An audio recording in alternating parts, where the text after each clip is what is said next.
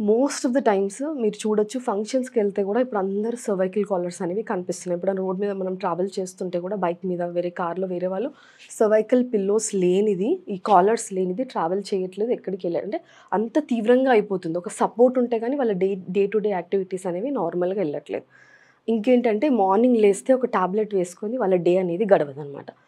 ఇంకా కొంతమందికి ఏంటి అనంటే, ఈ మెడ నొప్పి ఎక్కువున్నప్పుడు కళ్ళు తిరగడం లాంటి సమస్యలు గూడా మనం చూడొచ్చనమాట.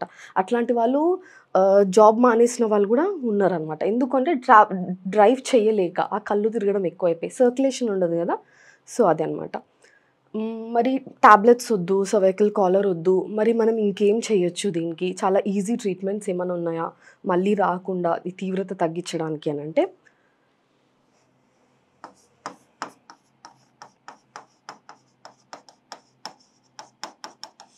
యాక్యుపంక్చర్ అని చెప్పేసి ఒక అద్భుతమైన ట్రీట్మెంట్ మొడాలిటీ ఉందనమాట.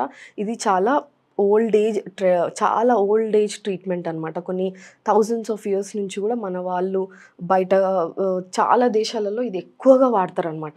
ఏ నొప్పి ఉన్నా కూడా యాక్యుపంక్చర్ చాలా అద్భుతంగా పనిచేస్తుంది. ఇది scientifically proven, zero side effects, అద్భుతమైన రిజల్ట్స్ అనమాట. ఎట్లాంటి సైడ్ ఎఫెక్ట్స్ లేకుండా. ఈ యాక్యుపంక్చర్‌లో ఏం చేస్తామంటే ఒక సన్న నీడిల్ ఉంటది. మన వెంట్రుక కంటే కూడా సన్నగా ఉంటది. మన హాస్పిటల్స్‌లో ఇచ్చే ఐవీ ఇంజెక్షన్స్ కాదు. అందులో 100 వంతు డయామీటర్ ఉంటది. అది బాడీలోని కొన్ని పాయింట్స్ సెలెక్ట్ చేసుకొని అక్కడ పెట్టడం వల్ల ఏంటి అనంటే రక్త సరఫరా పెరుగుతది. నరాలు గట్టిపడతాయి. ఇక్కడ ఉన్న మజిల్ టైట్‌నెస్ కొంతమందికి చూడండి స్పాండిలైటిస్ ఉన్నప్పుడు మెడ గూడా పక్కకి తిప్పలేరు మొత్తం. స్టిఫ్ అయిపోతది ఇదంతా. ఎందుకు అంటే సర్క్యులేషన్ లేక. సో, అట్లాంటి వాళ్ళకి గూడా యాక్యుపంక్చర్ చాలా అద్భుతంగా పనిచేసి రక్త సరఫరా అనేది పెంచుతుంది. నరం మీద ఒత్తిడి తగ్గిస్తుంది. చేతుల్లో గ్రిప్ మళ్ళీ మీకు నార్మల్ అవుతుంది. ఆ నొప్పి అంతా తగ్గిపోయి మీరు ముందులాగా నార్మల్ అయిపోతారనమాట. సో, మీరెవరైనా సరే ఏజ్‌తో సంబంధం లేకుండా ఎవ్వరైనా సరే ఆల్రెడీ మీరు బ్లడ్ థిన్నర్స్ మీద ఉన్నారు, మాకు డయాబెటిస్ ఉంది, నీడిల్ పెడితే అని డౌట్స్ ఉంటాయి గదా! అట్లాంటి డౌట్స్ మీకు అస్సలు అవసరం లేదు. మనకి ఎట్లాంటి ఇష్యూస్ కూడా ఉండవు. ఆల్రెడీ డయాబెటిస్ ఉన్నవాళ్ళు చాలామంది ట్రీట్మెంట్ తీసుకుంటున్నారు.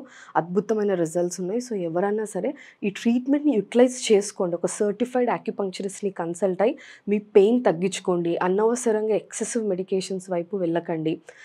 సో, ఖచ్చితంగా మీకెవరైనా తెలిసిన వాళ్ళు ఉంటే కూడా యాక్యుపంక్చర్ సజెస్ట్ చేయండి. Thank you so much for watching.